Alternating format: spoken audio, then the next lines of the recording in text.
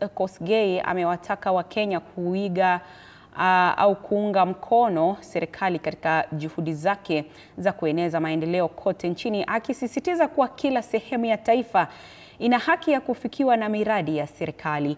Akizungumza katika eneo bunge la Nambale, Kosgei ameahidi kujitolea kuhakikisha serikali inasambaza maendeleo kwa usawa bila upendeleo wowote.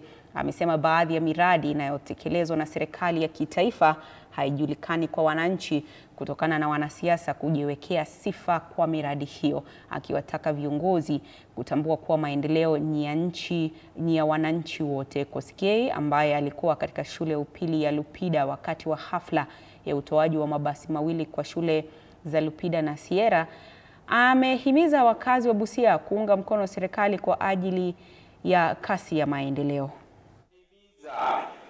Kura ndio silaha. Because rais hatakuwa hapa hapo kila mahali. Rais ako huko anapambana na hii maneno.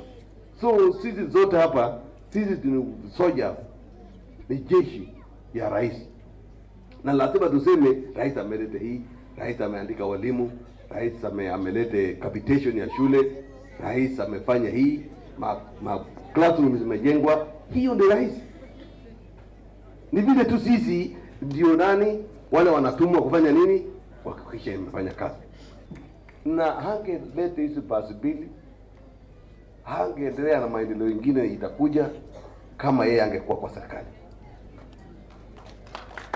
Kwa serikali sio miti, sio kitu ile iko kando. Serikali ni watu.